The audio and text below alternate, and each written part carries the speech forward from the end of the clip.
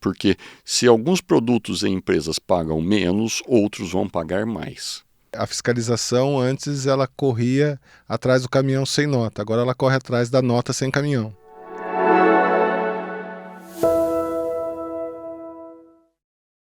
Vamos falar sobre a reforma tributária. Sejam bem-vindos a mais um SinaCast. No episódio anterior, nós discutimos questões relacionadas às etapas de transição da reforma tributária. E hoje falaremos sobre os efeitos que essa reforma irá causar aos entes federados e às administrações tributárias.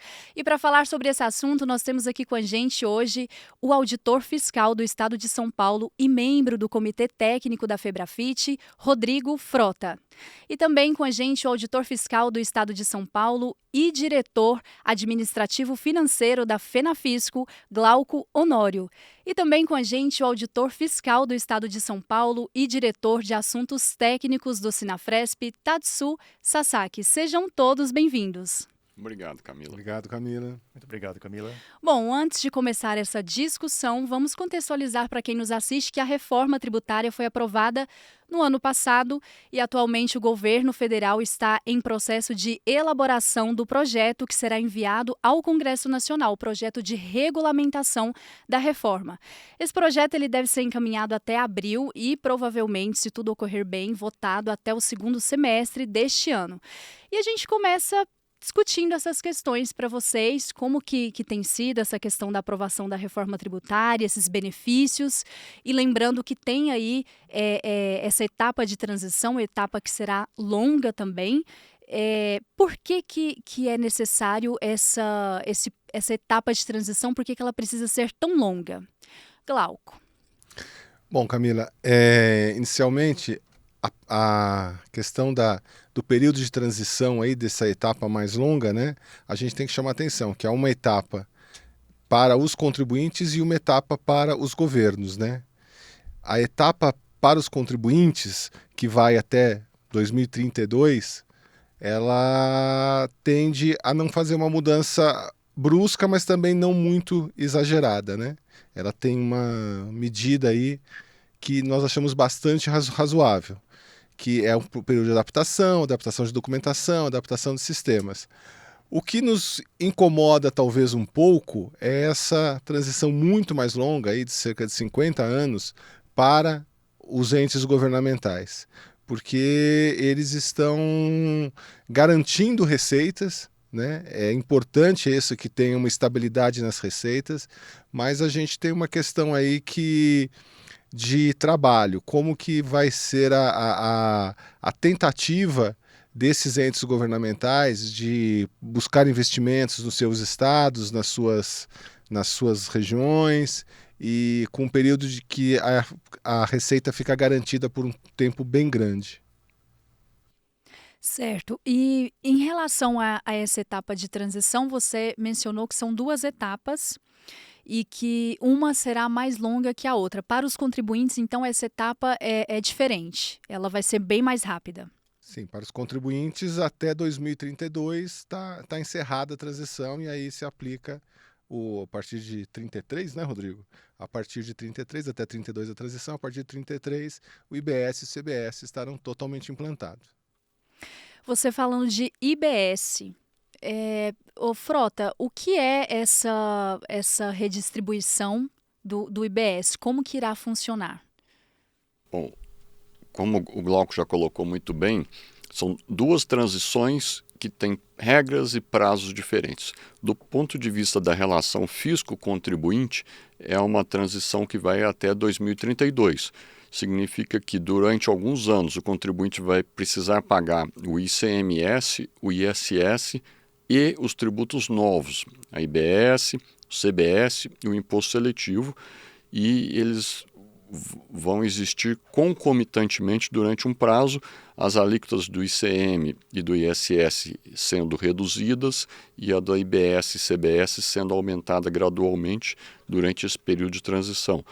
O que vai causar, por um lado, concede um prazo para as empresas se adaptarem às novas regras de tributação, porque alguns setores vão ter uma tributação alterada, seja para maior ou seja para menor, E depois desse prazo, a transição no sistema fisco-contribuinte está encerrada.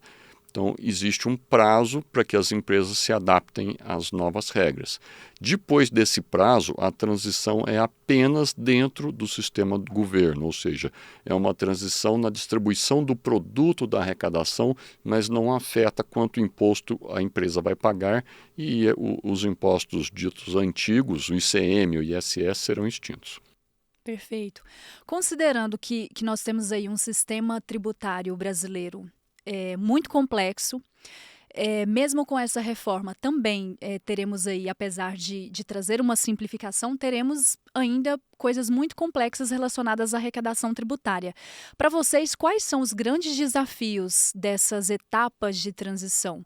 Por exemplo, o Frota mencionou que terá ali um momento em que os contribuintes irão pagar esses impostos, né, os impostos que serão extintos e os impostos que serão criados, eles serão pagos ali de forma simultânea, até finalizar essa etapa de transição. Então, quais são os grandes desafios para vocês dessas etapas de transição?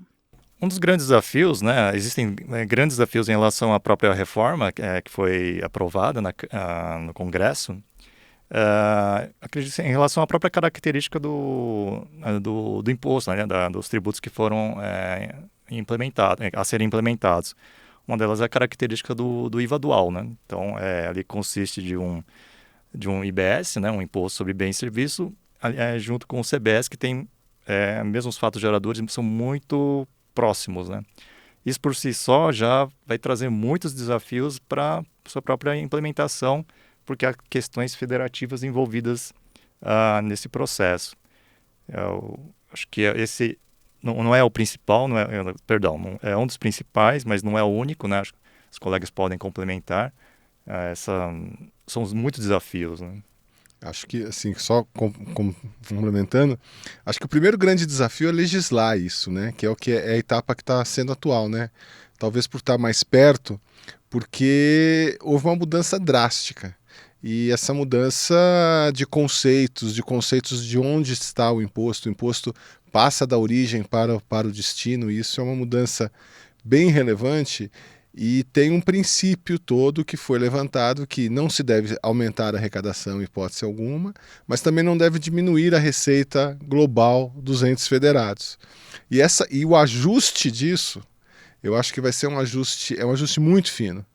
Que conseguir esse ajuste para que isso aconteça e que sem grandes traumas, nem para entes federados pontuais, nem para o contribuinte, para contribuintes, porque quando a gente fala em bolo, talvez até arrumar o tamanho do bolo, tanto da arrecadação como o bolo dos entes, talvez seja fácil, mas neste bolo há partes que já estão constituídas.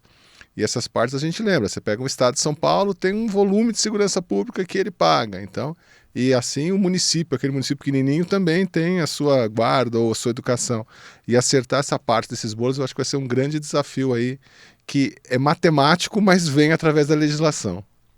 Bom, complementando, Camila, o que você perguntou, o que o Glauco falou, e eu acho que eu gostaria de explorar um pouco mais, é que essa reforma tem um compromisso macroeconômico que a receita tributária total deve ser mantida ao longo do tempo.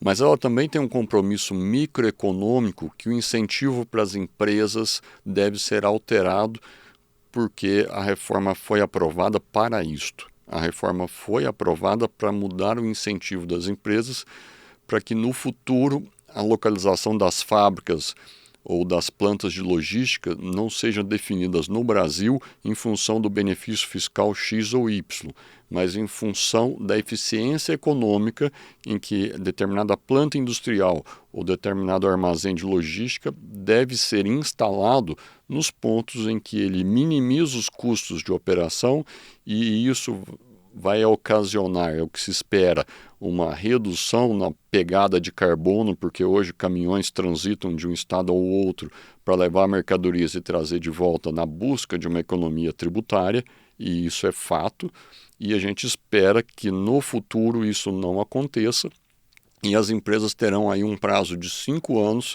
para redesenharem as suas operações, realinharem o modelo de negócios que ela utiliza, visando buscar eficiência econômica e não apenas a redução do tributo X ou Y. Então, que seria ali a tributação no destino, ela vai acabar com a guerra fiscal? Eu não diria que ela vai acabar com a guerra fiscal, mas ela vai afetar de uma forma bem intensa duas guerras fiscais fortes que existem no Brasil. No âmbito dos estados, a guerra entre os estados, em que hoje cada estado não age de forma cooperativa, um estado com o estado vizinho, porque eles competem por receitas tributárias. E o mesmo acontece com o ISS municipal.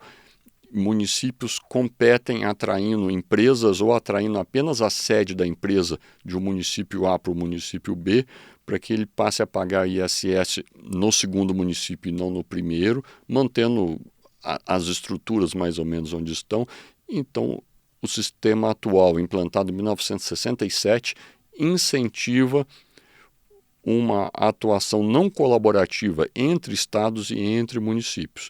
E o modelo novo que se desenha e que está em fase agora de elaboração das leis, é um processo em andamento, busca colocar estados e municípios para trabalharem de forma colaborativa e não de forma competitiva, e colocar as empresas para trabalhar de forma competitiva, buscando economias na operação, buscando melhores resultados econômicos e, com isso, mudar o padrão de investimento e de crescimento do Brasil.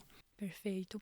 Bom, já que terá então essa mudança da tributação do destino e consequentemente, combater de alguma forma ali a guerra fiscal como acontece hoje, para vocês, quais estados que irão perder ali com essa questão da reforma tributária? Porque se a gente pensar, então vai mudar muito esse cenário dos investimentos, das empresas que passavam de um estado para o outro. Então, como que fica essa configuração aí, esse cenário? Difícil, Camila, a gente definir exatamente o que é. Quando a gente está mudando da origem para o destino, evidentemente a gente tem uma continha que é quem tinha proporcionalmente uma produção maior que a população, né, porque o percentual da população estaria perdendo, e quem tem uma população maior do que a sua produção própria estaria ganhando. Só que tem muitos meandros, até porque tudo isso está muito poluído pela guerra fiscal atual. Então, na hora que a gente desfazer isso aqui, essa conta, existem estudos, existem situações óbvias, muito mais a nível de municípios, né? Tem municípios aí com receitas absolutamente distorcidas em relação ao tamanho da sua população, que vai refletir no consumo e vai refletir na renda, né? E então a gente tem essa questão. Os grandes estudos aqui dão conta que a maioria estará estabilizada aí, necessitando de ajustes menores. Mas tem algumas situações bastante distorcidas, principalmente nos municípios. Nos estados, algumas questões aí, talvez os estados do Centro-Oeste, que tem uma questão aí muita produção externa, com valores agregados altos e com população baixa.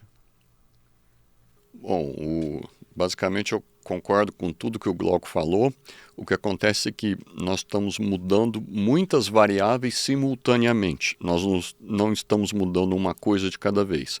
Quando a gente coloca que a tributação será no destino, tecnicamente significa que ela será cobrada por quem fez a venda, o imposto será cobrado de quem produziu, mas será cobrado com a alíquota fixada no município ou estado de destino. Não significa que a mercadoria transita sem ser tributada até chegar no destino. Ela será cobrada no momento em que ela sai da origem, com alíquotas fixadas por estado e município de destino. E isso é diferente do que acontece, por exemplo, na Europa, porque se um produtor na França vende uma mercadoria para a Alemanha, ou seja, países diferentes, mas dentro do mercado comum, essa operação não é tributada. O Brasil não optou por esse caminho, optou por um caminho que ele é cobrado na origem, com alíquotas e o produto da arrecadação sendo levado ao estado de destino, e para operacionalizar isso foi necessário constituir um comitê gestor, que é um órgão que não existe na Europa, porque na Europa a tributação é estanque e cada país comporta a sua própria tributação e as operações entre países não é tributada. Então a gente adotou inovações bastante relevantes, o que também torna mais complexo ainda qualquer previsão sobre o que vai acontecer. De qualquer forma, devido a essa insegurança, foram constituídos 2 mecanismos para evitar que estados ou municípios fiquem sem dinheiro, sem combustível ao longo do tempo. Primeiro, tem um fundo de compensação, que no primeiro momento, em 2033, quando o IBS entrar em operação plena, ele vai receber 90% do produto da arrecadação do IBS. Ou seja, de uma pizza total, 9 partes das 10 serão colocadas num fundo de compensação e desse fundo, observando valores históricos do passado, o dinheiro será distribuído para estados e municípios e só 10% será para o destino. Isso vai ser reduzido gradativamente até 2078. Ao final de 2078, esse fundo de compensação se extingue. E quando ele começa? Quando os estados começam a receber? Não, os estados é uma transição gradual, digamos assim. Em 2033, os estados vão receber, e os municípios, 10% com base na regra de destino e 90% com base na redistribuição do fundo usando valores históricos. Ou seja, você pega uma média dos últimos anos, quanto foi a receita daquele município ou daquele estado, e vai fazendo uma distribuição com base em dados do passado. E gradativamente, no primeiro ano ele recebe 10% com destino, no segundo ano 12% com base no destino, sucessivamente, de forma que quando chegar em 2078, 100% será a regra do destino. Então é uma transição lenta e gradual para que o estado ou o município ajuste as despesas, muitas delas são inflexíveis, com saúde, com educação. Os estados com segurança, estados têm uma despesa de segurança elevada, municípios não. Então tem um prazo de 50 anos para que se ajuste receitas e despesas. E eu não vejo no âmbito dos 27 estados um ganhador ou um perdedor, porque o mecanismo foi desenhado para a transição ser suave e como muitas regras foram mudadas simultaneamente, uma regra pode ter favorecido um estado, mas outra acaba favorecendo o outro, de forma que, na média, eu acho que todos eles ganham se a economia crescer e gerar mais emprego e mais renda, e aí sim a situação melhora. Camila, posso tirar uma dúvida com o Rodrigo? Sim. Porque é uma coisa importante, porque você está falando das dificuldades, e ele falou uma coisa que me veio à cabeça, uma questão, que ele fala que essa redistribuição vai ser feita sobre o passado, mas na verdade é um passado que ainda não aconteceu, né? Sobre o passado de 2032, não é isso, Rodrigo? Ou estou enganado? Porque está havendo agora um movimento, e acho que isso é importante citar, de tentativas de aumentos de alíquotas e tal. Isso não é também um problema que a gente vai ter que tratar nesse momento aí? Porque esse passado será passado em 2032, portanto, ainda é futuro. Olha só, estamos falando de um passado que ainda não Exatamente. aconteceu. Por isso, Einstein está totalmente correto quando diz a diferença entre passado, presente e futuro é uma persistente ilusão. Exatamente. Vamos lá com o Rodrigo agora. Bom, de fato, o que acontece é que a mudança foi de tal monta que existem várias coisas acontecendo. Ou seja, o primeiro ponto é, todas as regras constitucionais já estão publicadas e são conhecidas. O segundo ponto é, a lei complementar que coloca mais detalhe nessas regras ainda não é conhecida. Nós estamos trabalhando sobre hipóteses, como a Camila colocou, em meados de abril nós vamos ter aí o projeto de lei totalmente exposto. Vamos demorar alguns meses para que isso transite pelo Congresso Nacional e em algum momento seja aprovado.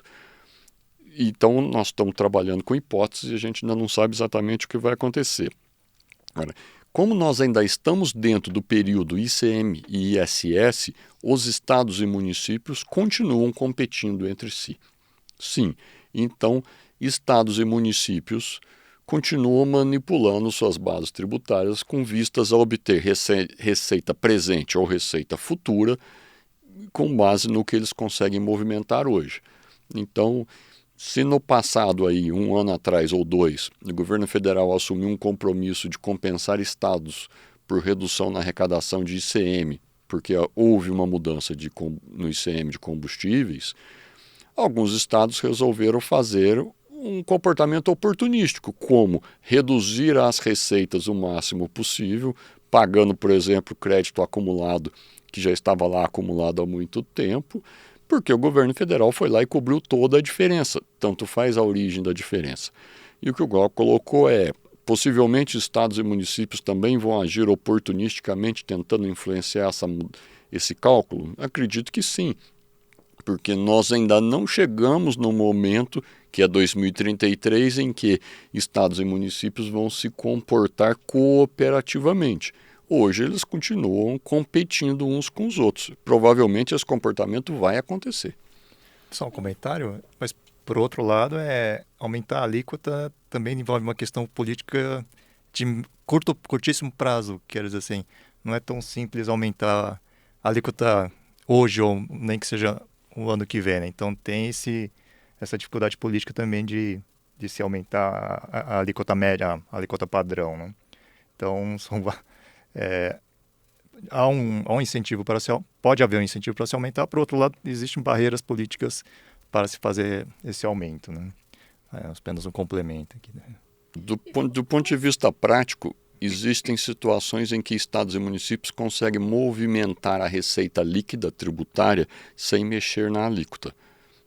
Porque o que aconteceu em vários estados ele dá um benefício de ICMS de um tamanho X e vai lá e publica uma outra lei com outro número e que cria uma taxa de contribuição voluntária que diz para a empresa o seguinte: se você quiser continuar tendo o benefício de ICM X que você tem, você deve pagar 10% do custo desse seu benefício voluntariamente para um fundo Y, que não é compartilhado com os municípios na razão de 25% e que não tem vinculações com a educação e com a saúde previstas para o ICM, e aí ele desvia parte do que seria arrecadação de ICM para um segundo tributo, que é uma taxa, e que é paga voluntariamente pela empresa se ela quiser continuar usufruindo o benefício de ICM. Então, existem formas nas bordas de, sem mexer a alíquota do ICM, o Estado com ICM ou ISS com os municípios conseguem desviar, reorientar certas receitas e usar o orçamento de uma forma criativa. Vocês falando de alíquota, foi estabelecido um limite máximo nessa reforma? Não foi, né? Não foi? Não foi, Não foi deixou aberto, né? Que medo! Não foi estabelecido limite? O compromisso se manter a carga, né? Essa é a relação, aquela que falei. Tem o Frota pegou, a receita tributária líquida, né? Essa Receita pergunta é uma corrente. pergunta de $1 milhão. Você fez uma pergunta que é aquela pergunta que deixa qualquer pessoa desanimada. E ela é mais ou menos aquela pergunta que, se feita por um economista, é o seguinte: qual vai ser o valor da taxa de câmbio daqui a 10 dias? E um economista fez uma vez uma frase que isso é a pergunta que mais desmoraliza um economista. É alguém perguntar para ele qual é a taxa de câmbio. Porque é impossível saber. O nível de incertezas na formação disso e as variações que acontecem ao longo do período são muito grandes. Mas é uma pergunta central, Camila, porque imagina que você mora num prédio de apartamentos que tenha lá 20 pessoas, 20 unidades diferentes. Se todos pagam, o condomínio fica mais barato para cada uma delas, embora o total do condomínio seja o mesmo. Se duas não pagam, as outras 18 precisam pagar 10% a mais. Se metade não paga, a metade que ficou tem que pagar o dobro. E o que você está me perguntando é, qual vai ser a alíquota? A alíquota depende. Depende basicamente de duas coisas. Quantos são as exceções tributárias para que mercadorias ou empresas não paguem licitamente? E a segunda coisa é, qual vai ser o nível de fraude ou inadimplência no novo tributo? Porque ele terá uma alíquota marginal mais alta. E os estudos de psicologia ou de economia indicam que quanto maior o incentivo, maior a probabilidade da pessoa fazer um comportamento. Então, se o ICM tem uma alíquota de 12 ou de 17, ela tem um incentivo desse tamanho a fazer algo, não pagar ou fraudar. Se o novo imposto tiver uma alíquota de 25, seria basicamente o dobro do incentivo para a pessoa fazer isso. Então, esse é um dos grandes desafios, porque o que foi combinado no Congresso Nacional pelos representantes eleitos do povo foi manter a carga tributária total em reais. E a alíquota é o que varia para que o valor da arrecadação final em reais seja mantido constante.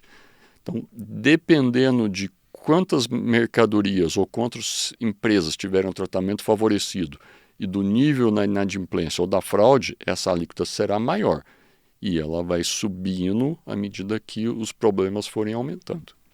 Mas aí, né, Camila, até você coloca aí, você falou que medo de não ter um limite. Mas o limite é...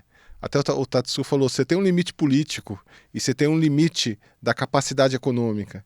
Então, porque quando começa a passar desses limites, se esses limites forem ultrapassados, acontece o que o Frota falou, você tem um incentivo ao não pagamento, seja por sonegação, seja por inadimplência, seja por que for, começa a ficar alto demais. Então, esses limites macroeconômicos aí, né, e o limite político também, eles não vão permitir que haja uma coisa absurda. Agora, se você me perguntar aonde que está o absurdo, aí é a pergunta de $1 milhão que ele falou. Eu só agradecer aos limites políticos, não posso. Eu só queria complementar, acho que tem uma questão também da transparência, né? Que assim, hoje temos no mínimo o ICMS, que é por dentro, né? E também temos o ISS mais o PIS/COFINS. Então, com essa divisão, essa vamos dizer, não transparência, vamos dizer assim, a partir do momento que a alíquota, no caso do ICMS, por dentro, passa a ser por fora e começa a ficar mais transparente, de repente, aquilo que acha que individualmente é pouco, mas quando se somado o que vai acontecer, talvez esse número, de forma transparente, assim, psicologicamente, esse número possa eventualmente assustar, né? Então, às vezes, quando você desnuda, a surpresa não pode ser uma surpresa não tão agradável, né? Isso então, é uma coisa que vai acontecer. As pessoas talvez sejam o mesmo valor que a pessoa está pagando hoje, só que hoje a pessoa não sabe que paga. Quando a pessoa souber que paga, talvez o efeito susto seja, e isso vai impedir que também isso vá para uma coisa muito alta. Que acontece muito nos impostos indiretos ali. O cidadão paga, não está entendendo o que está pagando. Na verdade, não é questão dos impostos serem indiretos, é na questão do cálculo ser por dentro, que é o modelo do ICMS hoje, né? O imposto está embutido no preço da mercadoria. Mas ele é um então você não sabe quanto ele está, mas na hora que você pega esse custo e joga ele para fora da mercadoria, então eu vou te vender uma caneta por R$10 mais o tributo. Hoje você vende a caneta por R$12. Então você não sabe quanto você está... A população em geral não sabe quanto está pagando. Pegando um exemplo, né, uma alíquota de 25% por dentro vai equivaler a 33,3% por fora, né? Então, aí vai falar, de onde surgiu esse aumento de 8,3%? Não é que houve aumento, formas diferentes de se calcular, né? Mas em termos de valor é o mesmo, mas psicologicamente vai dar esse efeito. De onde surgiu esse aumento, né?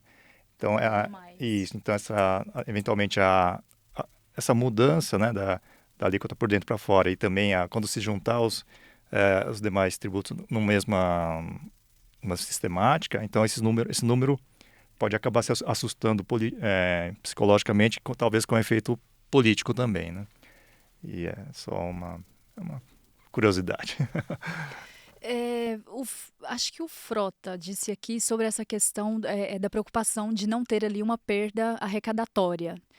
E eu pergunto a vocês, por exemplo, a reforma tributária, na opinião de vocês, ela vai combater a guerra fiscal, o contencioso tributário? Eu pergunto isso porque, por exemplo, se tivermos um cenário em que não há guerra fiscal e que não há um contencioso tributário, teríamos ali um cenário melhor diante para a arrecadação tributária do país, dos estados, enfim, e ter ali um direcionamento melhor desses impostos arrecadados na aplicação de recursos públicos. Então, a reforma tributária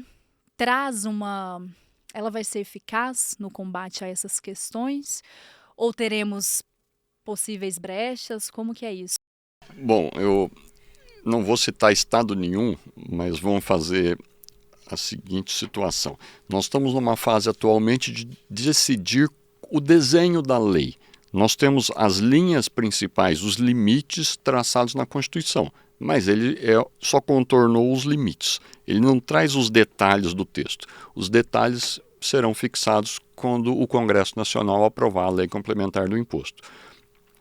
Dentro desses detalhes, existem, na minha visão, 2 grupos de situações que afetam a alíquota. O primeiro grupo de situações que pode afetar muito a alíquota de equilíbrio, digamos assim, a alíquota necessária para a arrecadação do IBS seja equivalente do ICM mais o ISS, essa alíquota de equilíbrio, a primeira questão é: quais produtos terão uma tributação favorecida? Produtos e empresas.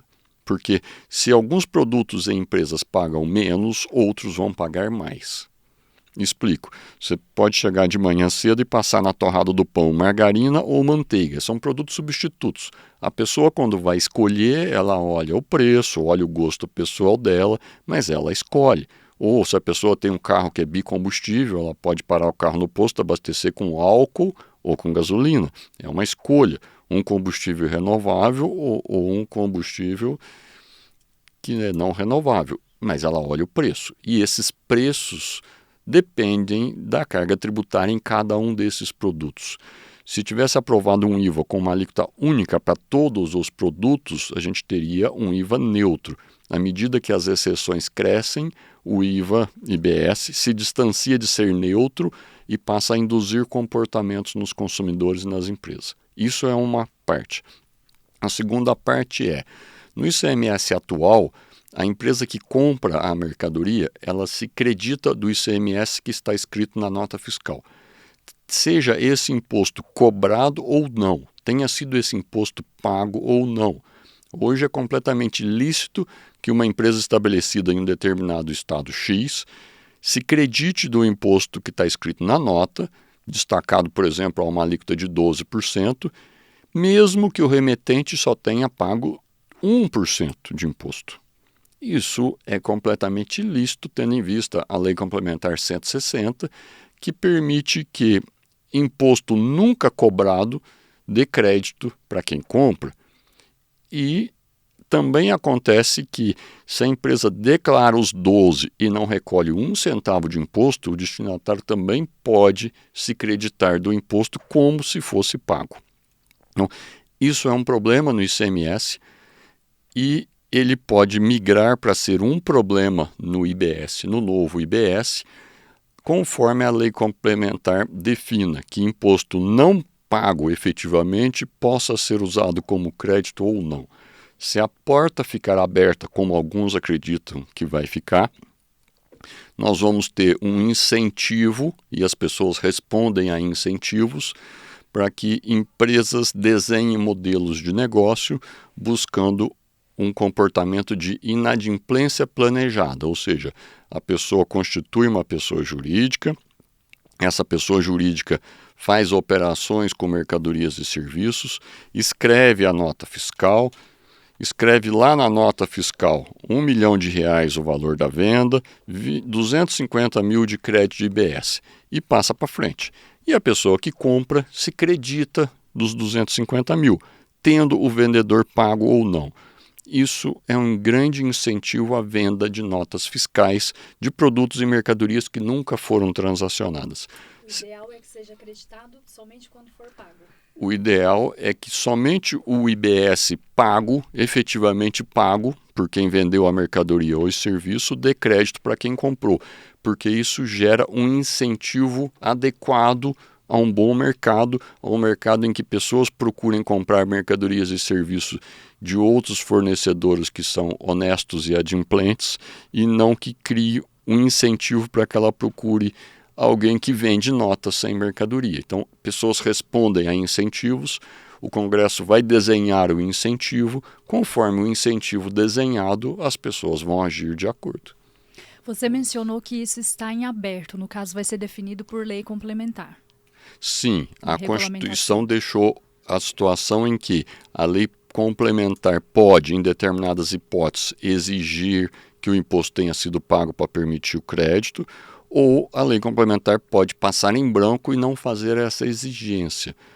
Na Febrafit, o que nós temos discutido e pesquisado e tentado convencer as pessoas no sentido que essa é uma regra bastante importante, a lei complementar não deve passar ao largo disso, ao contrário, ela deve definir critérios bem desenhados e estritos para incentivar um bom ambiente de negócio e não incentivar que pessoas façam as coisas premeditadamente para acontecer uma inadimplência e depois não pagar o imposto. Deixa eu só uma visão aqui, porque a sua pergunta, né, foi da guerra fiscal e do contencioso. Então, eu acho que por tudo que o Frota falou, a gente tem situações aí que a gente não vai conseguir saber, a gente vai precisar da lei para saber o que vai fazer. A ideia dessa reforma tributária foi principalmente, acho que atacar, além de uma simplificação geral, tal, atacar esses dois pontos. Acho que esses dois pontos de guerra fiscal e contencioso, que no Brasil, segundo o CON, são dos maiores do mundo, tal, é um problema muito sério. Só que aí eu tendo a ter uma opinião um pouquinho mais pessimista do que o Frota, no seguinte sentido. Ela veio lá do início, a PEC 45 e tal, muito bem construída e bem fechada nesses pontos, principalmente nessa questão do imposto pago para virar crédito. Ele tinha que ser pago para virar crédito. E, na verdade, assim, e aí estou falando um pouco mais de sentimento, não tenho nenhuma certeza técnica, que quando chegou no Congresso, essa coisa se perdeu. Porque o Frota, com toda a razão, porque a gente conhece, trabalha com isso, fala de uma questão da empresa que provoca inadimplência, da empresa que a gente chama do noteiro, nota fria, etc, etc. Mas há também situações reais de um simples não pagamento, um atraso, questões pontuais de dia a dia que uma empresa não pagou não por uma questão de fraude, mas por uma questão de estar com um problema financeiro imediato, vai pagar depois, ou vai ser responsabilizada depois. E quando se vai fazer a lei, as pessoas começam a ver todas as situações. E os próprios empresários, que na minha opinião deviam ser os mais interessados em focar esse crédito como uma coisa precisa e que não tem discussão, começaram a ficar com medo de ser responsável pelo que o seu fornecedor fez ou não fez, mesmo o bom fornecedor. E quando chegou no Congresso, a minha visão, e aí é uma visão porque realmente o Frota tem razão, deixaram em aberto. Ela não estava aberta, ela ficou aberta. Então, por isso que talvez eu acho que a gente tem que ter muito cuidado e realmente acho que o Frota e as equipes técnicas estão fazendo um trabalho lá para que isso seja muito bem regrado. Porque o risco de um dos principais motivos aí, que é a guerra fiscal contencioso, serem diminuído é não acontecer nada, porque se deixarem essa brecha, essa talvez, eu não sei se é a maior brecha, Frota, mas acho que talvez pelo menos a grande brecha que nos cria mais problemas de guerra fiscal e de contencioso. Então eu acho que esse é um ponto nevrálgico aí que tem que ser tratado durante a regulamentação dela. Então o executivo presta atenção aí, hein? Sim. Eu queria... Sim. Eu acho que esse ponto do crédito é importante, né? Mas também queria deixar uma perspectiva assim, que, por um lado, acho que pode diminuir o contencioso em relação à guerra fiscal, né? Também pela uniformização da legislação não vai mais tratar de 27 legislações estaduais, né? Nem de 5.000 municipais. Por outro lado, também nesse aspecto pode diminuir, mas por outro lado, a própria reforma ele já traz muitas exceções, vamos dizer assim. E cada exceção acaba sendo pode ser uma borda de discussão, né? pode ter muito contencioso, acho que até listo, né? Mas em termos de teses, de algum planejamento, não sabemos de que forma. Por outro lado, ele pode eventualmente ser diminuído, como o Frota falou, os empresários, os agentes econômicos respondem a incentivos, né? Então, de que forma que esse contencioso também for desenhado, né? Como é que vai ser esse contencioso vai ser um incentivo à resolução do litígio ou uma protelação do litígio, por exemplo, né? Como é que vai ser desenhado esse contencioso? Então, são algumas questões que acho que talvez não sejam tão principais quanto essas, mas também são pontos a gente se observar na regulamentação da lei complementar, né? Que tipo de incentivos vai haver nessa relação fisco-contribuinte? Então, acho que é um ponto interessante também, né? Perfeito. O Glauco mencionou que ele tem uma visão pessimista, então eis que surge um Thomas Hobbes dos tributos. Você seria o Rousseau, Frota? Não que você é pessimista também, né? Quem seria o Rousseau dessa mesa? Tem que ter um otimista, tem que ter um equilíbrio. Não, eu sou otimista, eu acho que na linha que o Tatsui colocou o ICM e o ISS somados tinham uma diversidade de problemas bastante grandes. Nós conseguimos limitar esses problemas. Hoje nós estamos citando aqui alguns deles, não significa que nós não temos resolvido pelo menos uma centena deles, mas alguns problemas sobraram e o que a gente tem medo é que esses problemas ainda não tratados migrem do IBS, do ICM atual para o IBS. E se a gente vem buscando a redução de litígios, se a gente vem buscando a melhoria do ambiente de negócio, em alguns estados, as lides, ou seja, as disputas entre fisco e contribuinte no tribunal administrativo, indicam que mais da metade dos casos, o que se discute naquele tribunal administrativo de ICMS, não é que o contribuinte fez uma venda sem nota e deixou de pagar o imposto, é que o contribuinte comprou uma nota sem mercadoria e se creditou indevidamente do imposto. Então, nós chegamos numa situação de jabuticaba em que talvez existam mais notas fiscais transitando por aí sem mercadorias do que mercadorias transitando nas ruas sem notas, o que não existe em outros países. Então, nós precisamos de uma solução para isso. É muito estranho a gente ver aí mais notas andando sem mercadorias, porque nos outros países não é isso que acontece. Se a pessoa só nega não emitindo a nota. E no Brasil, o desenho do ICMS permitiu que uma grande quantidade de pessoas fraude ou sonegue o imposto emitindo um monte de notas, declarando operações que nunca existiram.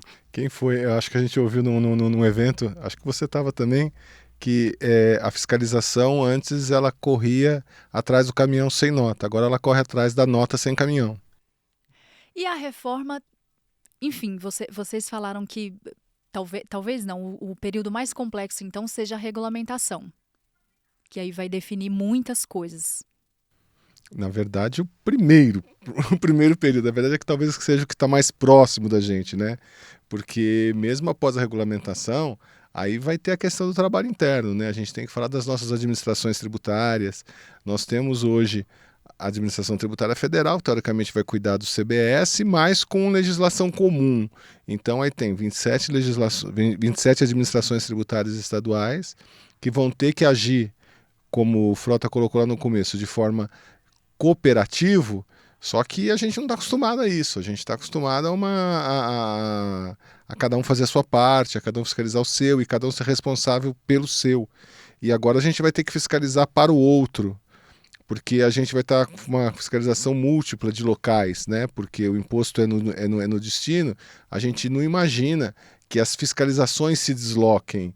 A ideia é que um cubra os outros, pelo menos é o princípio, mas na hora disso ser realizado, vai ter uma dificuldade muito grande de fazer isso. Então a gente tem um grande problema aí de definir como vai funcionar as administrações tributárias, quem vai cobrar o quê, aonde vai ser o contencioso, tem questões do contencioso estadual, federal, de um mesmo ato jurídico, que se alguém considerar ali que ele não foi, que ele está tem algum tipo de coisa errada ali, um fiscal vai acabar achando problema em dois impostos, no imposto federal e no imposto estadual e municipal. As interações, né, a gente fala de 5 mil municípios, mas a gente sabe, tem lá talvez uns 300 que tenham alguma coisa chamada administração tributária. Como que vai trabalhar com esses municípios que não têm? Maioria em quantidade, né? Evidentemente são os menores municípios, então em volume de negócios e tal, não é tão relevante assim, mas nós estamos falando de 5 mil municípios aí que não tem aparato para fazer isso. Como é que eles vão começar a agir agora? Como é que vai se dar as cooperações entre eles? Então tem outras grandes soluções aí de administração, as interações com o comitê gestor, como vai se dar o contencioso administrativo. Então tem muita coisa, né? A gente tem que fazer, a regulamentação vai pensar quase tudo isso, mas na hora que isso passar da regulamentação para o mundo real, aí começa a aparecer exceções, né? Aparecer coisas que não acontecem. Ainda a gente está num mundo hoje de mudanças constantes. Tem tipos de negócios que estão sendo criados agora que vão ter que estar lá, mas amanhã vai estar sendo criado um outro tipo de negócio. E qual vai ser a facilidade de criar legislações, de mudar legislações? Quem vai fazer isso? Quem vai ter autonomia para fazer isso? Bom, porque a minha pergunta sobre essa complexidade da regulamentação é justamente porque, poxa, se vocês já estão enxergando aqui da nossa conversa, várias brechas aqui já foram citadas ali como possíveis problemas futuros. E esse grupo de trabalho que está trabalhando lá com a API na elaboração dessa regulamentação, será que está todo mundo atento a isso? Essas brechas, esses debates, são debates já trazidos por vários técnicos, vários auditores, especialistas. Como que vocês têm enxergado esse cenário? E se o Frota responde? Bom, nós temos vários colegas que trabalham nos estados, nos diversos municípios e na Receita Federal. Eles estão trabalhando desde dezembro, mas principalmente entre janeiro e março, na elaboração e na análise das regras dos novos impostos, IBS e CBS. Um grupo está trabalhando no núcleo, que ou seja, as regras gerais, que não são as exceções, e outros grupos estão trabalhando nas situações de exceção, porque a Constituição estabeleceu vários setores que a tributação será diferenciada. Então nós teremos tributação no setor financeiro, no setor de construção civil, no setor de combustíveis e vários outros com regras especiais e diferenciadas, porque não incidia ICM sobre operações financeiras, mas vai incidir IBS sobre operações financeiras. Também não incidia ICM nas operações com imóveis, seja compra e venda de imóvel, seja aluguel de imóvel, mas o IBS vai alcançar esses setores. Então, mas o pessoal dos municípios tinha lá uma expertise em trabalhar com imóveis. Então, tem pessoas que são dos municípios que estavam acostumadas com isso, da Receita Federal que já trabalhava com PIS, COFINS em instituições financeiras. É um desafio muito grande porque a reforma é ampla. Provavelmente uma série de problemas vão ser antevistos e vão ser tratados de forma satisfatória, mas existe um ditado que em todo novo negócio é 1% de inspiração e 99% de transpiração. Nós ainda estamos na fase do 1% de inspiração, porque nós estamos ainda delineando ideias. E os problemas reais vão acontecer quando as ideias estiverem todas postas no papel, ou seja, a lei aprovada, e as empresas começarem a fazer os negócios sujeitos ao imposto novo, os fiscos dos estados, municípios e da União começarem a analisar esses negócios, aí o jogo começa de verdade. E aí eu acho que é o que o Glauco falou, é o trabalho, é a dedicação, é o esforço de trabalho em conjunto das diversas administrações tributárias. São as situações nunca previstas, porque por melhor em que seja essas pessoas que estão trabalhando, algumas hipóteses nunca serão previstas. Outras, a hipótese vai ser aventada, mas não vai ser encontrada uma solução politicamente viável para tratar.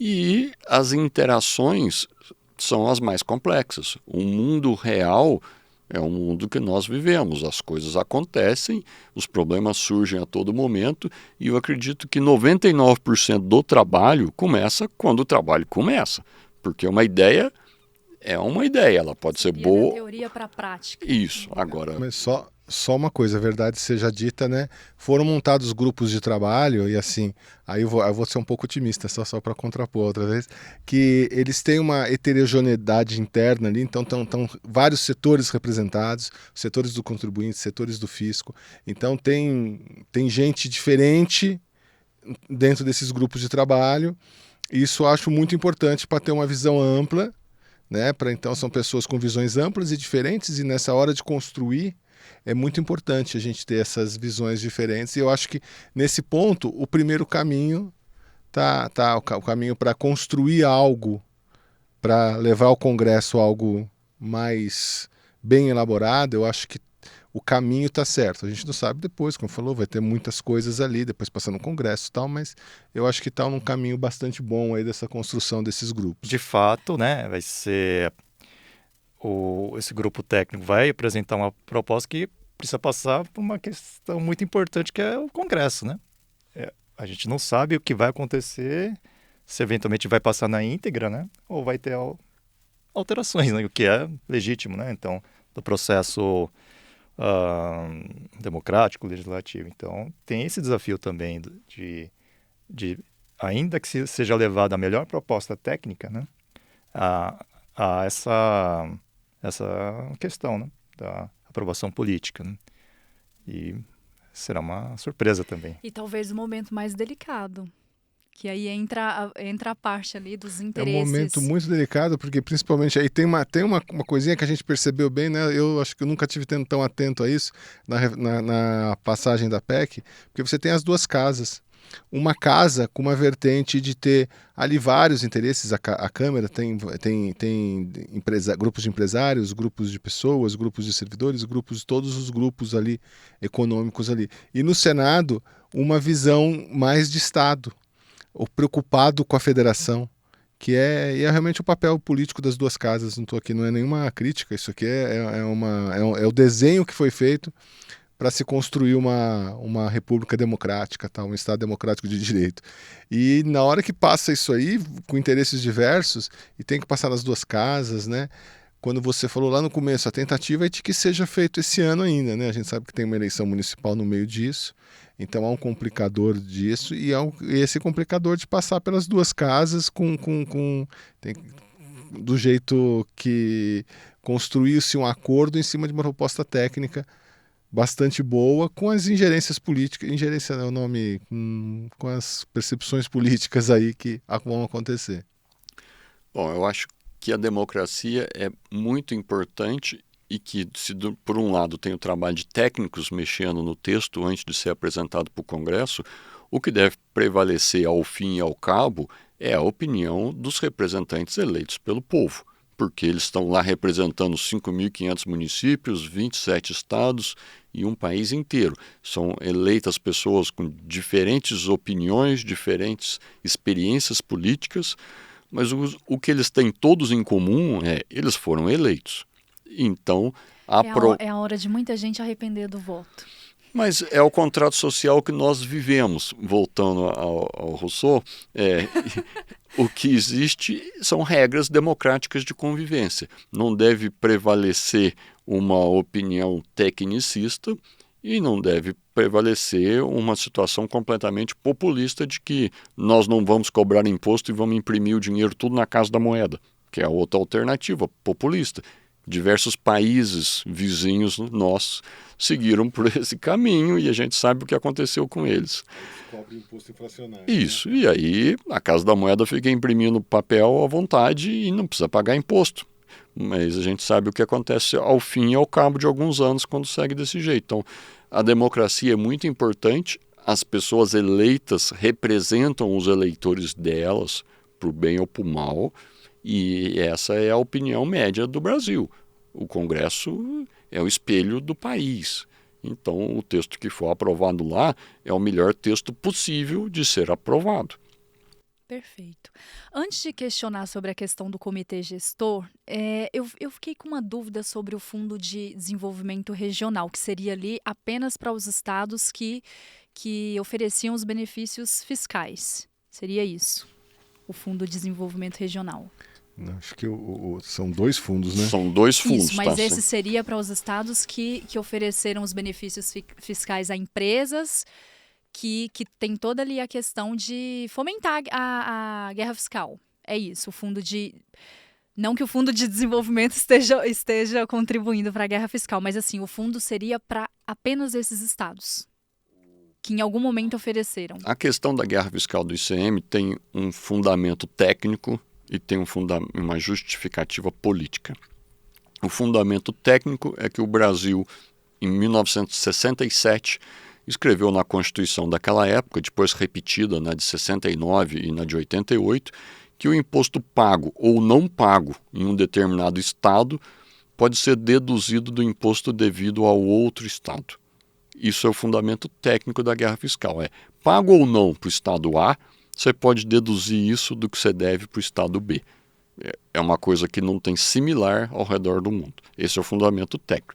O fundamento político é: os estados usaram esse mecanismo com a justificativa política de que no meu estado não tem empresas que façam massa de tomate, mas aqui se planta tomate e eu quero atrair uma empresa para cá, então eu vou dar para ela um super benefício de faça massa de tomate no meu estado e eu não te cobro nada de imposto, mas digo que cobrei.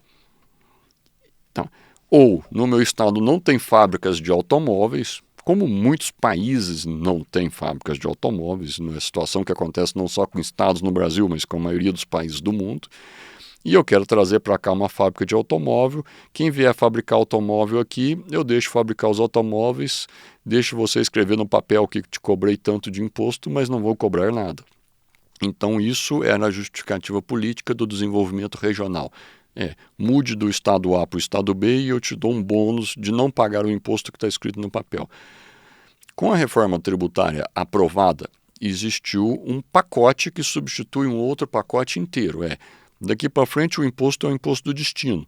Então a empresa, se ela mudar a fábrica de massa de tomate ou de carro de A para B ou de B para C, continua sendo o imposto do destino. Não vai diminuir o quanto essa empresa precisa pagar. Mas existe um custo político de aprovar a reforma, porque os senadores e os estados defendem o interesse dos locais em que eles foram votados, que são estados e municípios. Para ajustar e alinhar esse interesse político, foi criado o Fundo de Desenvolvimento Regional. Os critérios da distribuição desse dinheiro só vão ser conhecidos depois que a lei complementar estiver publicada. A gente ainda não tem de forma clara como serão os critérios.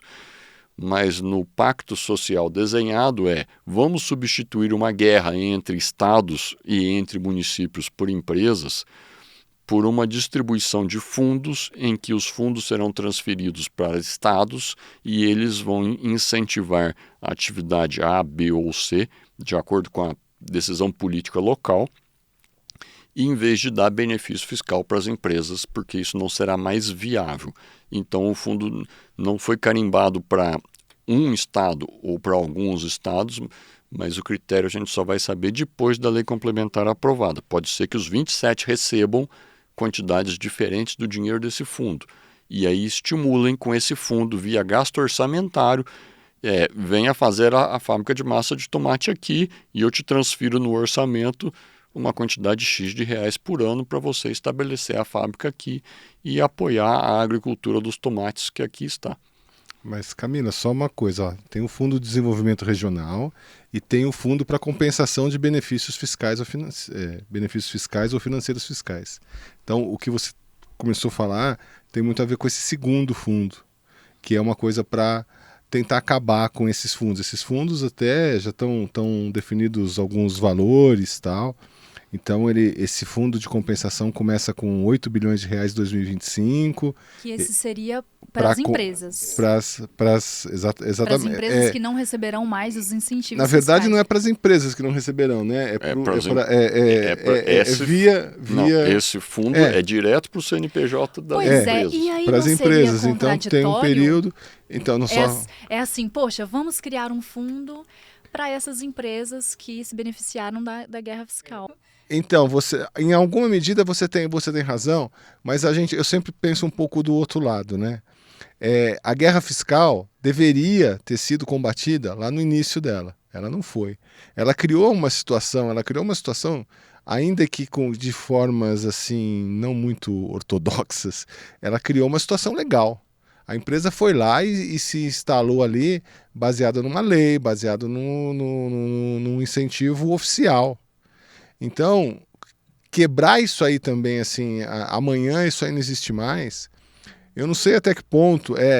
Eu não gosto desse fundo, assim como você falou, acho que a sua definição tá perfeita, de que eu estou afirmando um negócio errado. É verdade, mas ele foi construído, né? Ele foi construído dessa forma, e isso tem empregos, tem escolas feitas ali, tem as montagens, esses alocamentos econômicos foram mal feitos, mas eles estão lá, eles existem. Então, quebrar isso assim também de uma hora para outra, de uma coisa legal também é... Aqui eu acho que assim, a escolha não é do bom, é do menos ruim. Existe um economista anglo-americano chamado Ronald Coase. Ele ganhou o prêmio Nobel e ele trabalha numa tese, numa teoria que chama custos de transação. Se você está numa situação A e você quer fazer uma transação, que nesse caso aí envolve aprovar a emenda constitucional, precisa do voto de 500 deputados, precisa do voto da maioria dos 81 senadores, você precisa pagar um preço para sair da situação A para a situação B. Porque se a situação B é mais favorável, se ela vai trazer desenvolvimento econômico, se todos vão ficar melhores, você precisa de algum jeito negociar com os agentes envolvidos e com os agentes que pode ser que vão perder, para a maioria melhora, mas alguns vão perder. No caso, as empresas que tinham benefícios de ICM ou de ISS para se instalar no local A ou B, fizeram lá os gastos e, se mudar a situação, elas vão perder em relação à expectativa que elas tinham. Para elas não serem contra a mudança, existe uma necessidade de negociar com elas uma transação para elas não se oporem, porque senão não se consegue formar a maioria suficiente para aprovar uma mudança que seria boa para todos. E esse custo de transação é isso que nós estamos vendo. Existe um custo. Eu vou mudar de A para B, em B a maioria ganha, mas restam alguns perdedores. Esses perdedores no âmbito privado vão ser financiados pelo Fundo de Compensação de Benefícios Fiscais aos Financeiros. Esses perdedores no âmbito de entes políticos, estados e municípios vão ser beneficiados, seja com o Fundo de Desenvolvimento Regional, sejam com o critério de redistribuição de receitas de IBS da origem para o destino em 50 anos, para dar tempo de fazer o ajuste, seja ainda pelo seguro-receita de 5% do IBS, que a gente não tinha comentado ainda, mas vai existir. Municípios ou estados, mas provavelmente só municípios que tiverem uma redução drástica de receitas, vão receber um seguro para que essa redução não seja tão drástica. Então, a gente precisa tirar um pouco da maioria que ganhou e entregar para a minoria que perdeu, para que a perda de quem perdeu não seja tão cara e que a transação consiga ocorrer. Então, a gente não quer uma guerra em que um lado venceu, o outro perdeu tudo e virou terra arrasada. A gente quer uma situação em que, no futuro, a maioria ganhe e um pouco desse ganho seja transferido para os que perderam, para eles não apresentarem oposição à mudança.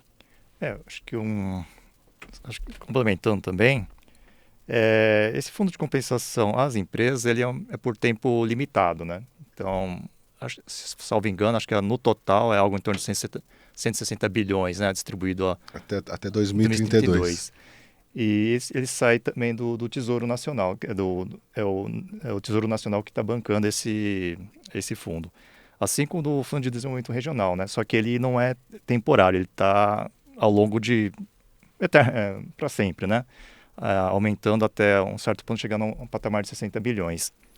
Também saindo do Tesouro. Então, acho que uma interpretação, uma política talvez, é assim, é um incentivo que o governo federal, a União, né, bancou, né, tanto nesse fundo temporário como no fundo permanente, para justamente poder avançar nessa pauta da reforma. E, eventualmente, compensar essas... Eu não diria que são perdas dos perdedores, mas talvez nos não ganhadores do jogo anterior, né? Mas, assim, como falou, é preciso ter incentivos, né? Então, como o Frota falou, ter incentivos para mudar de uma situação A para uma outra B, que supostamente em todos serão ganhadores, né?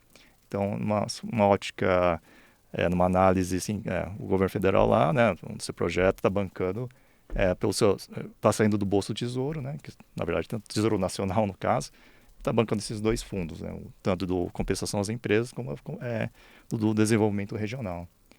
E acho que é uma visão, né, de como interpretar, né? A política em tudo. Política em tudo, exatamente.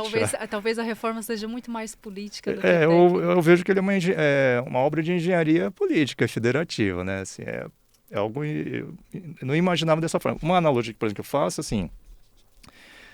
É como se todos nós vivêssemos em casas, né? Cada um na rua, cada estado vive na sua própria casa. Chegando essa reforma é que vai falar, vamos todo mundo morar num prédio, num condomínio. Ou uma empresa, cada uma é empresa, e vamos virar uma SA, por exemplo, né? Então, vamos saber lidar com essa situação, né? Então, vai ser um prédio, um condomínio de um prédio ou 2 prédios? Uma analogia que faço ao IBS-CBS, né? Aí, como é que vai ser essa relação, né? Vai ter uma portaria, 2 portarias, quando o visitante chegar. Então, é uma simplória, mas, assim, são casas pequenas, grandes, médias, uma mansão chamada União, vai juntar no condomínio, né? Esse é o desafio de convivência, né? De uma certa forma. E aí, por não ter sido uma reforma... Não termos ali alcançado ainda um sistema tributário progressivo, então muita gente ali no primeiro andar ainda do prédio e muitas pessoas no último, desfrutando de outras coisas, de uma vista melhor, enfim, de outras questões. Mas antes de finalizar, eu gostaria que vocês pontuassem rapidamente a opinião de vocês em relação ao comitê gestor. Como vai funcionar essa questão para vocês? E aí entra muito a autonomia das administrações tributárias. Vocês enxergam como algo muito positivo a criação do comitê gestor para essa questão do IBS? Como que fica aí? Vocês como auditores fiscais que têm um lugar de fala, e aí? Bom, eu sempre brinco, né? Aqui na minha posição de sindicalista, é uma situação muito... Talvez seja para nós, assim, uma coisa muito complicada, porque a gente não sabe exatamente o que vai fazer. Reunir um imposto que tinha características todas regionais, né, como o Frota fez. Foi feito em 67 e foi feito sobre um momento que os governadores estavam extremamente alinhados, né? Todos eles alinhados. Quando vem a coisa muda, então esse sistema teria que ser mudado, sem dúvida nenhuma. Mas ele quebra todo um paradigma e a gente tem um outro paradigma aí que é da autonomia federativa, autonomia dos estados. Quando foi construído, o mesmo na Constituição de 88, foi construída uma projeção de receitas próprias para umas despesas, né? Então, assim, estados, municípios, cada um tem a sua despesa e a sua possibilidade de receita. Quando se concentra algumas decisões no comitê gestor, a autonomia federativa de cada uma dos municípios e estados passa a ficar... Eu não sei se ela passa a ficar coisa nenhuma, porque ela tem dúvidas sobre isso. Qual vai ser a autonomia dos entes federados, estados e municípios para obter receitas? O que eles têm que fazer para obter receitas? Ou quem vai definir isso é o comitê. O comitê vai tratar todos iguais, tratar todos diferentes. Quem vai ser esse comitê? Esse comitê está falado ali, que vai ser funcionário de carreira e tal, mas como vai ser o gerenciamento dele? Então tem muitas dúvidas. De minha parte, assim, tem muitas dúvidas. A gente conseguiu, na última versão da reforma da PEC 132, a gente conseguiu fazer que não ficasse todas as decisões lá, que tivessem decisões colegiadas de estados e municípios, o que é uma coisa também complicada, mas para gerar algum tipo de autonomia. Mas questões como assim, quem fiscaliza, quando fiscaliza, quais vão ser as decisões, quais são o contencioso de primeira instância, teoricamente ficaria de um lado, mas sobre que autonomia. Então, esse comitê gestor e eu não estou falando só do lado corporativo, né? Eu comecei a falar que eu sou sindicalista então não tem problema nenhum. Acho que o lado corporativo é complicado também. Mas não é complicado só o lado corporativo. O lado do pacto federativo também é muito complicado. Porque esse pacto federativo vai ter que ser revisto. Porque sem autonomia financeira, não há autonomia nenhuma das outras coisas todas. Então vai começar a virar uma questão de... Esses fundos são aqui... Outra questão aí que o Frota chamou a atenção lá do custo que teve que se pagar para essa reforma ser possível. Eu acho que isso pode tender a piorar muito, a ter uma centralização excessiva sem nenhuma responsabilidade, né? Por isso que a gente sempre falou numa reforma um pouco mais ampla, onde mexesse com todos os impostos, tal. Como não mexeu, acho que a gente sempre falou no que foi possível, o que foi possível foi isso, mas para mim a grande interrogação é esse comitê gestor. Qual o tamanho que ele vai ser e como que os estados vão ter autonomia federativa. Não estou falando de autonomia do fisco, não. Glauco, você falando disso, porque o comitê vai ter ali uma configuração muito política, os representantes, tudo mais. Por exemplo, o presidente do comitê passará por sabatina ali no Senado, é isso. Então, por exemplo, para ter escolha ali e tudo mais, então tem toda essa questão política também, que envolve esses representantes. Mas acho que não está nem definido muito a indicação nele, né? Porque a indicação é pelos estados, pelos municípios, mas de uma forma ali, porque os estados se falam em 27 votos, se imagina um voto cada um, né? Meio óbvio. Mas os municípios, como é que os municípios fazem os votos deles? São 5 mil municípios para criar... então é uma coisa... Aí tem um critério de população que são construções muito difíceis de acontecer lá. Eu não sei se o Frota tem mais precisão nisso. Para o Frota é assim, quem será o presidente do comitê gestor? Ele tem a resposta, ele tem. Camila, eu penso o seguinte, nenhum país do mundo, até o presente momento, adotou um IVA distribuído para estados e municípios. A experiência no Brasil é única. A grande maioria dos países hoje utiliza impostos do tipo IVA, mas sempre no nível nacional. É uma regra que abrange o país inteiro. Nós temos 2 exceções muito peculiares, o Canadá e a Índia. No Canadá existe um IVA federal e existem IVAs estaduais, mas cada estado, por decisão própria, decide se quer acoplar o IVA do seu estado ao IVA federal ou não. Ou seja, aqui no Brasil não foi isso que nós desenhamos. Aqui nós desenhamos são 2 IVAs, um nacional, que é a CBS na mão da União, e o outro IBS com estados e municípios. Só que é obrigatório, não é uma escolha, ou seja, a população do município ou do estado não tem escolha alguma, porque isso mudou a Constituição Federal, então nós criamos um IVA dual com estados e municípios obrigatoriamente acoplado no IVA federal. Não existe nada similar no mundo. Para que isso funcione do ponto de vista técnico, o comitê gestor é uma necessidade. Dada a escolha política que foi anterior, nós vamos fazer um IVA e colocar estados e municípios dentro? Sim. Só 2 países no mundo fizeram algo semelhante? Sim.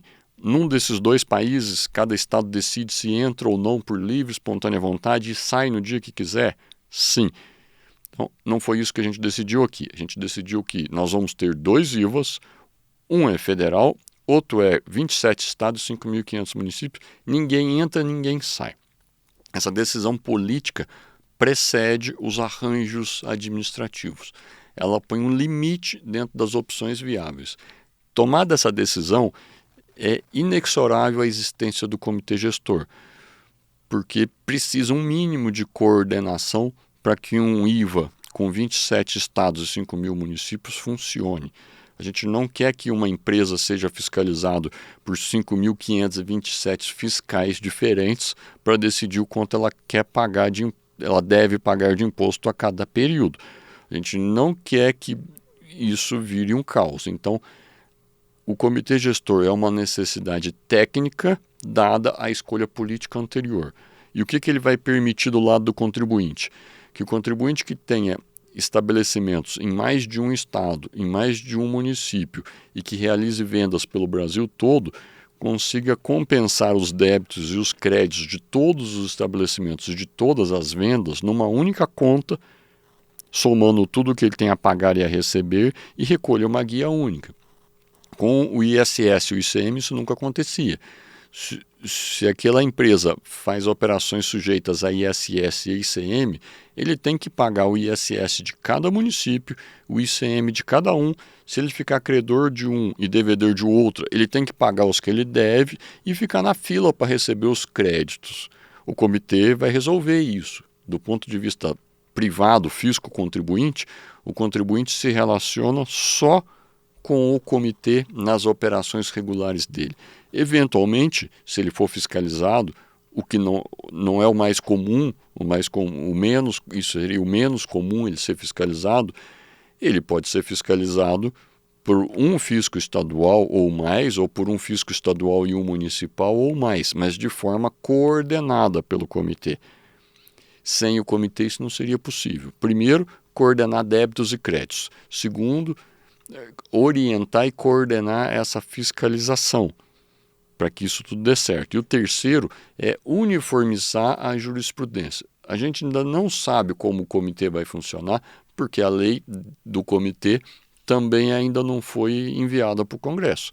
Talvez a meados de abril a gente tenha uma noção do texto e até o fim do ano, se o Congresso aprovar o texto, a gente pode fazer outro evento desse e colocar, mas concordo com o Glauco que nós temos sérias dúvidas, porque a gente ainda não conhece os detalhes. E o diabo mora nos detalhes. Tudo o que acontecer de errado vai ser por conta de algum detalhe. No geral, o plano parece magnífico, mas a gente já viu aí milhares de planos magníficos darem errados e afundar por causa de um detalhe. O plano parece perfeito até dar errado? É. Bom, a gente está chegando ao finalzinho desse episódio e eu gostaria que vocês falassem, para quem nos assiste, quais seriam ali os ganhos e também outros desafios para as administrações tributárias a partir aí da aprovação dessa reforma. De uma forma bem breve, o que vocês enxergam como ganhos e desafios para as administrações tributárias? Começando com o Tatsu. Bom, eu acho que os ganhos, né? Acho que o ganho e o desafio ao mesmo tempo é justamente trabalhar, o desafio de trabalhar em cooperação e obter sinergia desse processo, né? Então, de uma forma direta, simples, esse é o desafio e o ganho ao mesmo tempo. Então, ganho é a gente ter um imposto melhor. A gente trabalha hoje com, principalmente estou falando das administrações estaduais, mais especificamente, a gente trabalha com um imposto muito ruim. Então, eu acho que a gente vai ter um ganho de trabalhar com um imposto de qualidade, um imposto mais bem elaborado, um imposto que, se tudo der certo, se essa coisa for relativamente bem, vai melhorar a economia. Então, ao invés de você ficar procurando arrecadar mais fazendo mudanças de alíquotas e coisas, a coisa flui naturalmente, a economia cresce, o imposto cresce também. Então, acho que esse é um ganho de trabalhar com um imposto melhor, mais lógico. O ICM ficou ilógico. Desafio é fazer isso tudo funcionar, porque realmente esse acho que é o grande desafio. É essa mudança de paradigma, é sair da nossa zona de conforto, trabalhar nesse sistema cooperativo que o Frota falou. Esse é o grande desafio, porque vai nos tirar de uma realidade que, boa ou ruim, né, a gente acostuma ficar ali naquela situação. Eu acho que esse é o grande desafio, sair da zona de conforto e realmente construir um sistema cooperativo com os estados, municípios e com a União também, porque eu sempre falo, esse IVA dual para mim não é muito dual, porque mesmo a legislação, mesmo a base de cálculo, esse negócio é simplesmente a arrecadação que é separada. Bom, o nosso desafio, eu acredito que o grande desafio seja apresentar um Brasil melhor do ponto de vista tributário e de opções de investimento para as próximas gerações, para os filhos e para os netos, porque esse é um projeto de 50 anos. É uma transição longa, não é um projeto de 50 minutos nem de 50 horas. Então nós estamos mudando regras que existiam desde 1967 e esperando que as regras novas vão ter uma duração similar de 50 anos. Então, é um projeto para filhos e netos, para a gente deixar um ambiente melhor, que gere incentivos adequados para as pessoas fazerem bons negócios no sentido de buscar eficiência e ganhos no âmbito do seu negócio e não no âmbito de fazer bons negócios trocando a fábrica do ponto ideal logístico para o ponto onde ela paga menos imposto, embora o caminhão solte muito mais fumaça e gere uma pegada de carbono enorme para levar a carga para um lado e trazer de volta, a fim de economizar os tributos. Esse é o Brasil de hoje. É um Brasil em que os caminhões circulam carregando mercadorias para que diminua o imposto a pagar, ainda que isso cause buraco na estrada e poluição e pegada de carbono. E o desafio? O desafio é convencer as pessoas que nasceram e trabalham no sistema atual de que a mudança é complicada, mas traz benefícios, de que elas vão ter que esquecer muito do que elas aprenderam e aprender coisas novas, para tentar fazer o futuro ser diferente do passado, sem repetir os erros do passado. Então, não repetir os erros é muito importante, esquecer o que foi aprendido, mas que não dava certo também, e buscar o novo sem repetir os erros. Esse é o grande desafio. Maravilha. Ninguém me perguntou, mas eu sei que vocês estão curiosos. Assim, e a Camila, o que ela pensa? E a Camila, o que ela Tá pensa? vendo? Bom, eu vejo que depois dessa questão toda de regulamentação e começar a transição e tudo mais, poxa, a reforma tributária sobre a renda, para a gente combater aí a desigualdade social no Brasil e que de fato tenhamos ali um sistema tributário progressivo, já que ainda não é e não será mesmo com a reforma. E eu agradeço a participação desses auditores fiscais do Estado de São Paulo, Tatsu Sasaki, nosso diretor de assuntos técnicos do Sinafresp, Glauco Honório, diretor da FENAFISCO, diretor financeiro e administrativo da FENAFISCO, e também ao Rodrigo Frota, que é membro lá do Comitê Técnico da FEBRAFIT. Muito obrigado, Camila. Obrigado, Camila, e quando puder discutir a renda, estaremos aqui também. Bom, obrigado, Camila, obrigado, Sinafresp, pelo convite, fico muito satisfeito de ter participado aqui com vocês. E a você que nos acompanhou até o final desse episódio, a gente agradece a sua audiência.